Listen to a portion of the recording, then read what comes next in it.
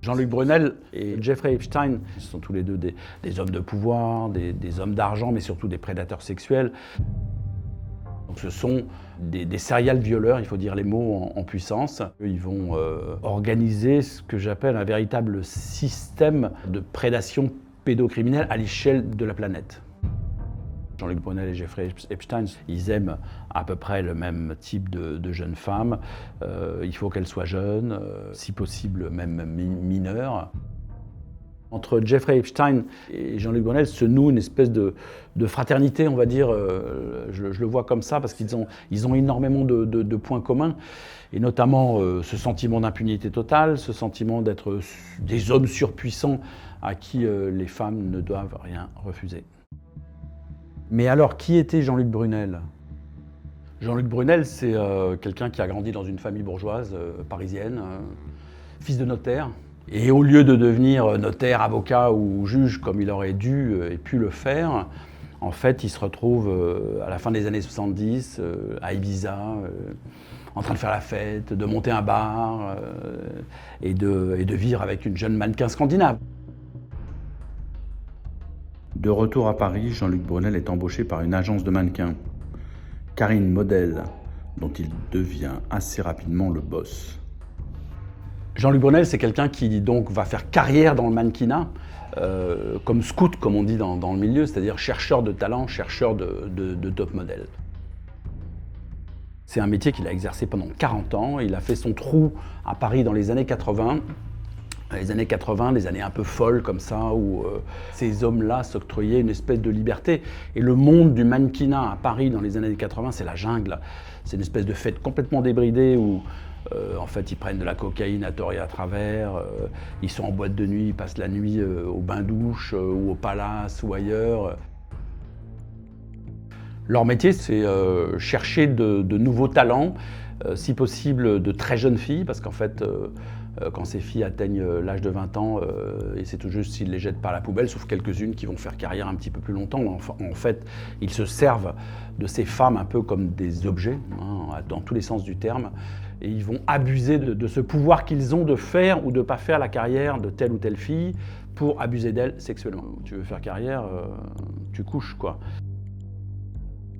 Brunel, il se retrouve face à des très jeunes filles qui rêvent de devenir mannequin, qui croient au conte de fées du mannequinat. Et il va abuser de ses croyances, de ses faiblesses. Toutes ont le même profil, toutes les victimes, moi c'est ça qui m'a frappé, ont le même profil. Elles sont très jeunes, elles sont isolées, elles viennent souvent de l'étranger, elles se retrouvent à Paris. Elles rêvent, elles croient que Paris c'est l'endroit où elles vont faire une carrière formidable, etc. Elles sont souvent assez naïves et elles y croient. Et lui, sa tactique, c'est d'abuser de cette crédulité, de cette naïveté. Il utilise un produit pour les droguer. Et à partir du moment où elles perdent connaissance, en gros, il fait son affaire et elles se rendent compte après trop tard. Et systématiquement, c'est ça qui est assez fort. Il les a tellement en main, ces filles, elles sont tellement sous son emprise qu'en fait, elles ne déposent pas plainte. Il y a un week-end comme ça où Jean-Luc Brunel dit à la dernière recrue, on va dire, qui lui dit « Viens, on va à la campagne, viens avec nous ». Alors elle voit qu'il y a d'autres filles qui y vont, il y a un autre bonhomme qui s'avère être lui aussi un patron d'une agence de mannequins et il se retrouve en pleine nuit dans un château qu'elle n'identifie pas au départ, qui est à une soixantaine de kilomètres de Paris. Et ça va se transformer en maison de l'horreur pour elle, en château hanté, on va dire. Il fait une première tentative avant la nuit où elle se dérobe, où elle refuse, etc. Et puis elle rentre dans sa chambre, elle s'enferme dans ce château qu'elle ne connaît pas et qui est une espèce de décoration comme ça, un peu comme dans les châteaux hantés. Et la nuit, soudainement, Jean-Luc Brunel, lui, apparaît carrément par la porte de l'armoire. C'est-à-dire qu'en fait, il y a une porte dérobée comme ça qui va de sa chambre à la chambre dans laquelle est installée la jeune fille. Et elle croit s'être enfermée en ayant fermé la porte à clé, mais pas du tout. Il arrive du placard et là, c'est l'horreur et elle va se battre pour essayer de faire en sorte qu'il n'abuse pas d'elle. À un moment donné, donc, il y a deux documentaires qui vont sortir sur une chaîne anglaise et une chaîne américaine qui vont écorcher un petit peu Brunel, puisqu'il y a plusieurs jeunes filles qui, masquées, témoignent. Ils racontent comment elles se sont retrouvées à Paris, droguées et violées. Donc là, la justice française aurait dû s'emparer du dossier. Ça ne s'est pas fait. Toujours est-il que Jean-Luc Brunel là, s'est retrouvé un petit peu fragilisé, lui qui était le roi de Paris. Et donc il va prendre du champ, s'éloigner un petit peu. Jean-Luc Brunel va transférer ses activités à New York, essayer de devenir le roi de New York. À partir du moment où il s'installe à New York, Jean-Luc Brunel prend une autre dimension et il va retrouver Jeffrey Epstein et Ghislaine Maxwell. Ghislaine Maxwell, c'est une franco-américaine, c'est la fille d'une femme française et de Robert Maxwell, qui est le magnat, on va dire, anglo-saxon de la presse, un milliardaire lui aussi. Ghislaine Maxwell, c'est un peu le poisson pilote numéro 1, on va dire, de Jeffrey Epstein. Jean-Luc Brunel va devenir d'une certaine manière le deuxième poisson pilote francophone de Jeffrey Epstein. Ce sont des rabatteurs. C'est un homme, Jeffrey Epstein, qui a besoin de rabatteurs le plus possible, puisqu'il a une consommation effrénée et obsessionnelle de jeunes filles, jusqu'à 3 par jour. Donc il faut beaucoup de monde. Et donc parmi ces rabatteurs, il y a sa propre compagne, donc Ghislaine Maxwell, il y a Jean-Luc Brunel, et puis il y en a d'autres. En fait, Jeffrey Epstein, son arme numéro 1, lui, c'est l'argent, c'est l'argent qu'il a accumulé. Et donc, il a les moyens, et il lui faut beaucoup de fric à Jeffrey Epstein, parce qu'il achète tout. Les jeunes femmes qui sont à son service et qui acceptent, acceptent d'avoir des relations sexuelles avec lui, il les paye un peu comme on payerait des prostituées de luxe. Il les entretient, on va dire, il entretient un paquet de gens dans le monde. Et c'est son mode de domination des autres, en fait, c'est l'argent. En fait, Jeffrey Epstein est déjà catalogué depuis très longtemps aux États-Unis comme un délinquant sexuel. Donc aussi bien Jean-Luc Brunel que tous les autres savent avec qui il traite. Donc Jeffrey Epstein, à ce moment-là, se débrouille pour acheter un appartement dans la capitale française et de faire de la France, en gros, sa deuxième patrie. Il y a toute une logistique au service de la prédation. En fait, Jeffrey Epstein se débrouille pour acheter plusieurs appartements, un ensemble d'appartements, au 22 avenue Foch, pas très loin de la place de l'Étoile et finalement pas très loin non plus de là où habite à ce moment-là Jean-Luc Brunel.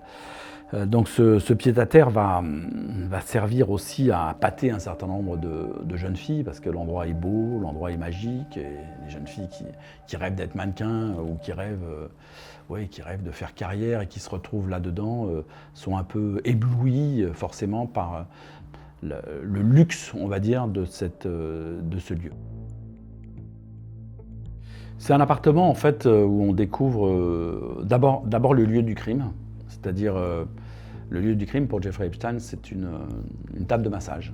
Parce qu'en réalité, toutes les agressions sexuelles, quasiment avec lui, se déroulent sur des tables de massage. Donc on découvre cette pièce, qui est quand même une pièce centrale dans cet appartement de l'avenue Foch, qui est en gros une table de massage avec des lumières tamisées, des photos de nus un peu partout. Et c'est là que ça se passe, c'est là qu'il agresse sexuellement les jeunes mannequins. Ce qui surprend notamment les policiers, c'est qu'ils ouvrent dans toutes les portes de placard qu'ils ouvrent, dès qu'ils ouvrent un tiroir, etc., il y a des photos de femmes dénudées, des photos de nus à peu près partout.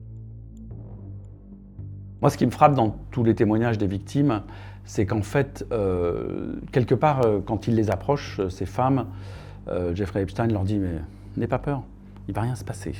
À chaque fois, il leur dit ça. Alors, les femmes sont un peu perplexes.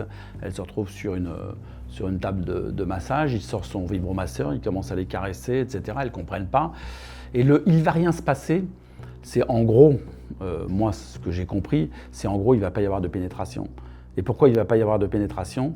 Parce que Jeffrey Epstein, il a une sexualité propre à lui-même qui apparaît dans les témoignages, c'est qu'en gros, son truc, c'est la masturbation.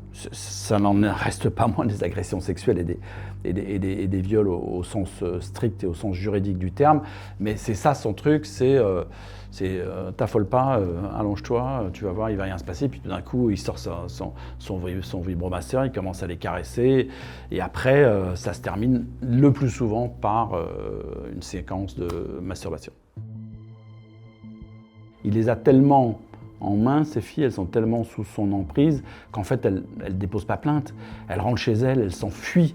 En fait, honteuses, la plupart, c'est ça. Elles n'ont même pas 20 ans. Et elles ont honte de ce qui s'est passé, de s'être fait avoir, de s'être fait souiller, de s'être fait salir. Et elles n'en parlent à personne, elles rentrent chez elles.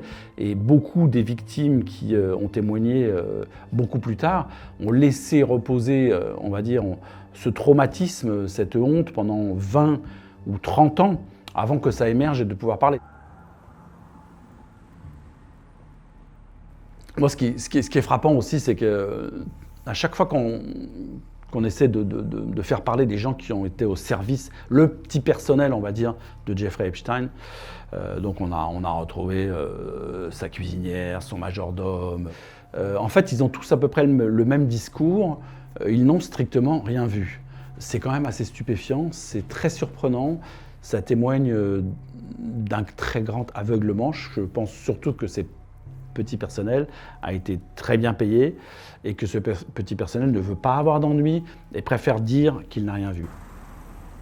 Chez toutes les personnalités qui ont fréquenté le domicile de Jeffrey Epstein à Paris, tous ces invités de marque, la manière dont ils se défendent me paraît un petit peu fragile, on va dire, parce que dire qu'on ne sait rien de cet homme, c'est effectivement la seule défense qu'ils ont trouvée, hein, c'est de dire oh non, on n'a rien vu, on n'a rien compris, il y avait des filles effectivement un peu partout, mais bon, on ne savait même pas ce qu'elles faisaient là. En fait, ça ne tient pas debout.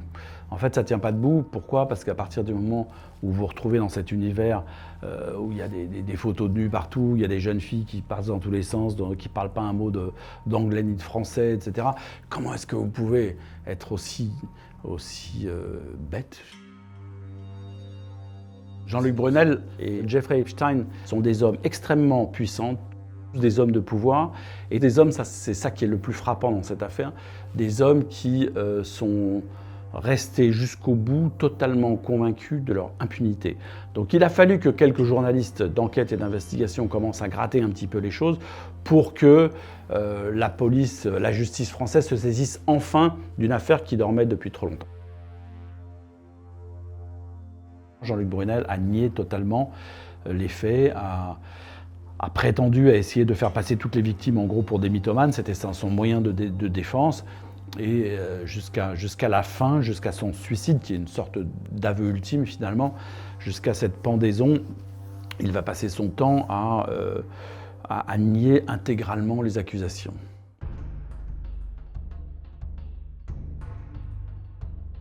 La mort de Jean-Luc Brunel, pour moi, c'est le dernier pied de nez fait aux victimes. C'est quelque part, c'est une nouvelle agression, comme une répétition de l'agression pour les victimes. Pourquoi ? Parce qu'il ne va jamais devoir, finalement, pouvoir répondre de ses actes. Donc, d'une certaine manière, c'est abominable, en fait, pour les victimes, ce suicide. Parce qu'il prive ces jeunes femmes de toute réponse de la justice et il les renvoie à leur propre douleur, à leur propre traumatisme, et il n'y a plus rien pour les réparer. Ces femmes méritent autre chose que cela. Moi, j'ai voulu faire ce livre précisément pour remettre les choses sur le tapis, pour remettre le dossier sur le haut de la pile et pour qu'il ne soit pas oublié, écarté. C'est pour ça que j'ai voulu écrire et rendre public tous ces témoignages. Moi là, en faisant un livre, finalement, je fais vivre leurs témoignages de ces femmes et j'espère qu'il y a d'autres femmes qui vont sortir du bois et qui vont enfin accepter de parler elles aussi. C'est-à-dire que le problème dans ces affaires de prédation sexuelle, c'est que la honte est tellement lourde, la culpabilité en fait est tellement lourde chez les victimes qu'elles ont parfois du mal à franchir le pas et à s'exprimer. J'espère que là, en tout cas, on est en train de franchir un cap et que j'espère que toutes celles qui ont été victimes et qui n'ont pas parlé vont enfin se montrer. Et je rappelle qu'il y a un certain nombre de témoins qui sont encore en vie. Évidemment, parmi les patrons d'agences de mannequins, il n'y en a plus beaucoup, mais il y en a encore au moins un ou deux qui sont là, qui sont potentiellement, on va dire, audibles par la justice et par la police. Donc évidemment, ils vont être certainement dans la négation. C'est ça qui va être très compliqué, c'est de retrouver des preuves. Mais au moins que la justice fasse enfin son travail, c'est ça l'idée.